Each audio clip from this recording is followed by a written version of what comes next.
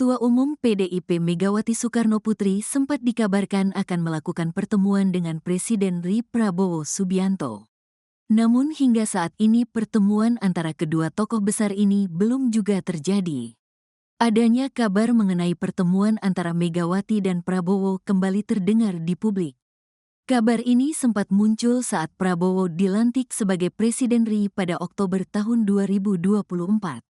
Saat pelantikan presiden, dirinya telah bertemu dengan beberapa mantan presiden RI sebelumnya. Hanya saja Prabowo saat itu belum bertemu dengan mantan presiden kelima tersebut. Meski belum bertemu, ternyata Prabowo sempat menitipkan pesan kepada Mega melalui Sekjen Partai Gerindra Ahmad Muzani. Namun, Muzani enggan mengungkap isi pesan kepala negara. Hal ini disampaikan Muzani di gedung DPR, Senayan, Jakarta, Rabu, tanggal 15 Januari tahun 2025. Dikatakannya, Ketum PDIP juga memberikan pesan kepada Presiden Prabowo. Megawati dikatakannya berterima kasih kepada Presiden, sebab MPR telah menghapus sangkaan Presiden pertama Soekarno yang disebut terlibat dalam G30 SPKI. Muzani menyebut Megawati juga berterima kasih karena gaji dan pensiunan Soekarno akan segera diurus.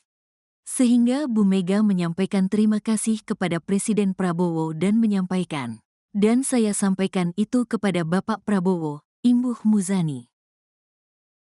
Ketua Umum PDIP Megawati Soekarnoputri sempat dikabarkan akan melakukan pertemuan dengan Presiden RI Prabowo Subianto. Namun hingga saat ini pertemuan antara kedua tokoh besar ini belum juga terjadi. Adanya kabar mengenai pertemuan antara Megawati dan Prabowo kembali terdengar di publik. Kabar ini sempat muncul saat Prabowo dilantik sebagai Presiden Republik Indonesia pada Oktober 2024. Saat pelantikan Presiden, dirinya telah bertemu dengan beberapa mantan Presiden RI sebelumnya. Hanya saja Prabowo saat itu belum bertemu dengan mantan Presiden kelima tersebut. Meski belum bertemu, ternyata Prabowo sempat menitipkan pesan kepada Mega melalui Sekjen Partai Gerindra Ahmad Muzani. Namun Muzani enggan mengungkap isi pesan kepala negara. Hal ini disampaikan Muzani saat di gedung DPR Senayan, Jakarta, Rabu 15 Januari 2025. Dikatanya, Ketum PDIP juga memberikan pesan kepada Presiden Prabowo. Megawati dikatakannya berterima kasih kepada Presiden, sebab MPR telah menghapus sangkaan Presiden ke-1 Soekarno yang disebut terlibat dalam G30 SPKI. Muzani menyebut Megawati juga berterima kasih karena gaji dan pensiun Soekarno akan segera diurus.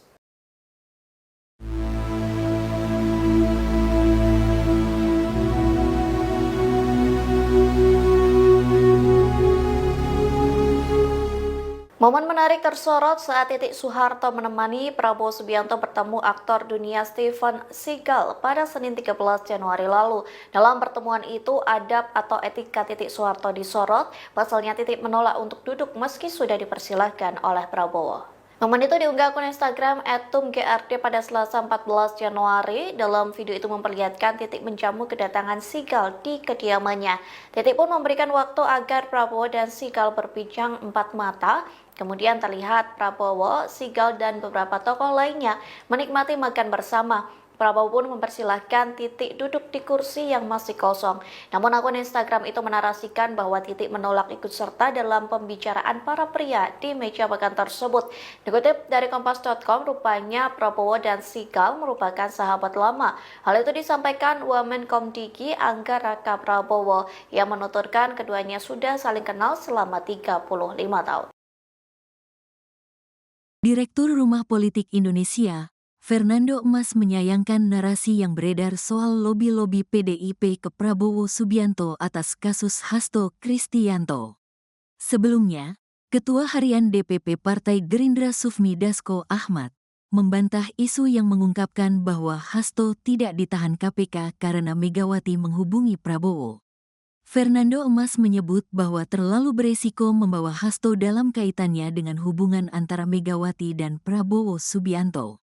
Pasalnya Megawati sebagai pembentuk lembaga anti rasuah harusnya tahu betul bahwa Hasto Kristianto sudah dibidik sejak 2020 dan tak ada politisasi di baliknya. Fernando pun berharap agar PDIP tidak dikorbankan hanya untuk seorang Hasto Kristianto.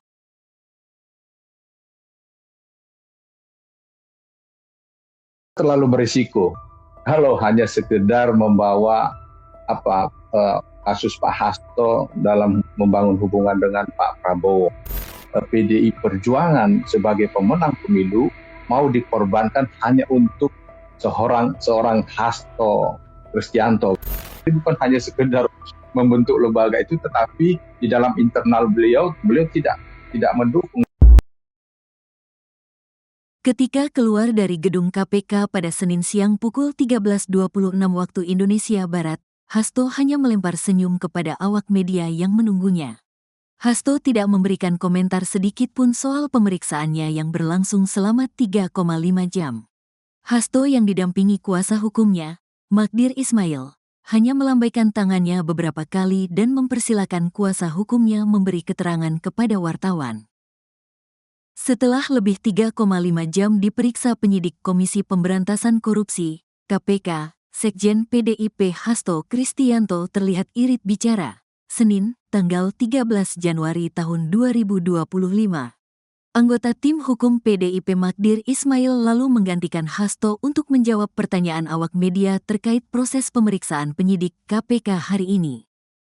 Tersangka dugaan suap dan perintangan dalam kasus Harun Masiku itu keluar Gedung Merah Putih KPK bersama Ketua DPP PDIP Bidang Reformasi Sistem Hukum Nasional, Roni Talapesi dan kuasa hukumnya Magdir Ismail.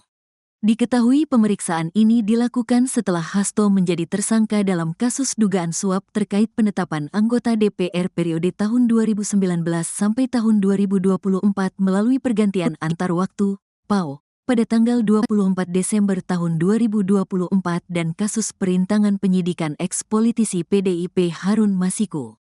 Saat keluar dari gedung KPK, Hasto tak berbicara banyak.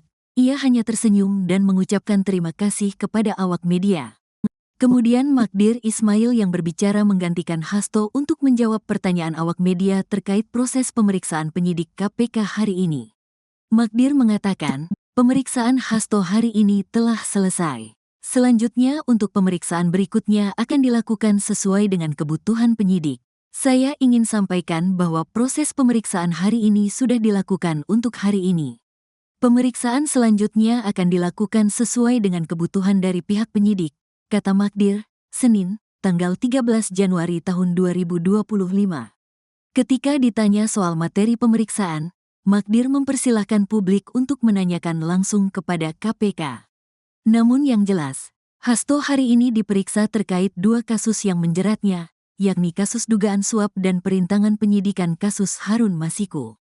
Untuk hal-hal lain yang berkaitan dengan perkara saya persilahkan saudara-saudara sekalian tanyakan kepada penyidik. Karena ini adalah kesepakatan kami dengan penyidik. Kami hanya menyampaikan Pak Hasto hari ini diperiksa untuk dua perkara, yaitu perkara suap dan yang kedua adalah perkara menghalang-halangi penyidikan, terang Magdir.